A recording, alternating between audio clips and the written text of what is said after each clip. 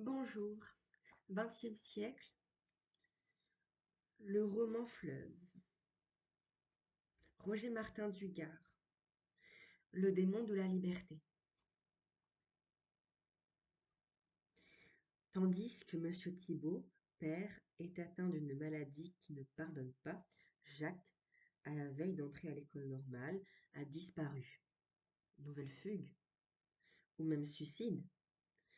Dans le volume suivant, La Soralina, Antoine découvre la trace de son frère en lisant dans une revue de Suisse une nouvelle signée d'un pseudonyme qui révèle son auteur, comme le révèle aussi son contenu autobiographique. Antoine retrouve ainsi son frère à Lausanne et le ramène à Paris au chevet de leur père. C'est à Lausanne que se situe, au cours d'une conversation avec Antoine, la confession où Jacques explique l'influence qu'a eue sur lui une visite faite à l'un de ses professeurs, Jalicourt. Celui-ci, admiré de ses étudiants comme d'un éveilleur guidé et comme un maître, commence par décevoir Jacques en lui donnant des conseils conformistes, puis soudain tout change. Lecture. Il s'est calmé d'un coup, poursuivit Jacques. Je crois qu'il a eu peur d'être entendu. Il a ouvert une porte et il m'a poussé dans une sorte d'office qui sentait l'orange et l'encaustique.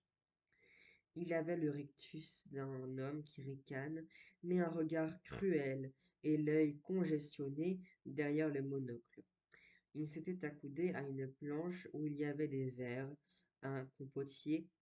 Je ne sais comment il n'a rien fichu par terre. Après 3 ans, j'ai encore son accent, ses mots dans l'oreille. Il s'était mis à parler d'une voix sourde. Tenez, la vérité, la voilà.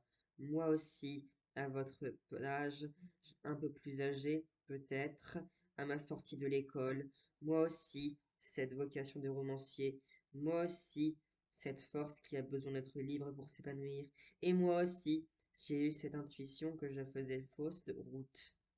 Un instant. Et moi aussi, j'ai eu l'idée de demander conseil. Seulement, j'ai cherché un romancier, moi. Devinez qui? Non, vous ne comprendriez pas. Vous ne pouvez plus vous imaginer ce qu'il représentait pour les jeunes en 1880. J'ai été chez lui, il m'a laissé parler, il m'observait de ses yeux vifs, enfourageant dans sa barbe, toujours pressé, il s'est levé sans attendre la fin. Ah, il n'a pas hésité, lui. Il m'a dit de sa voix chuintante, où les se devenaient des feux. N'y a qu'un seul apprentissage pour nous, le Vournavlisme. Oui, il m'a dit ça. J'avais 23 ans. Eh bien, je suis parti comme j'étais venu, monsieur, comme un imbécile. J'ai retrouvé mes bouquins, mes maîtres, mes camarades, la concurrence, les revues d'avant-garde, les parlottes. Un bel avenir, un bel avenir. Pan! La main de Jalicourt s'abat sur mon épaule. Je verrai toujours cet œil de cyclope qui flambait derrière son carreau. Il s'était redressé de toute sa taille et il me postillonnait dans la figure.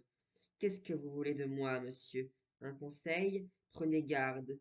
Le voilà. Lâchez les livres. Suivez votre instinct. Apprenez quelque chose, monsieur. Si vous avez une bribe de génie, vous ne pourrez jamais croire que dedans, que du dedans, sous la poussée de vos propres forces, vous ne pourrez jamais croître que du dedans, sous la poussée de vos propres forces. Peut-être pour vous est-il encore temps? Faites vite, allez vivre n'importe comment, n'importe où. Je vous lirai la suite dans 4 jours. Au revoir.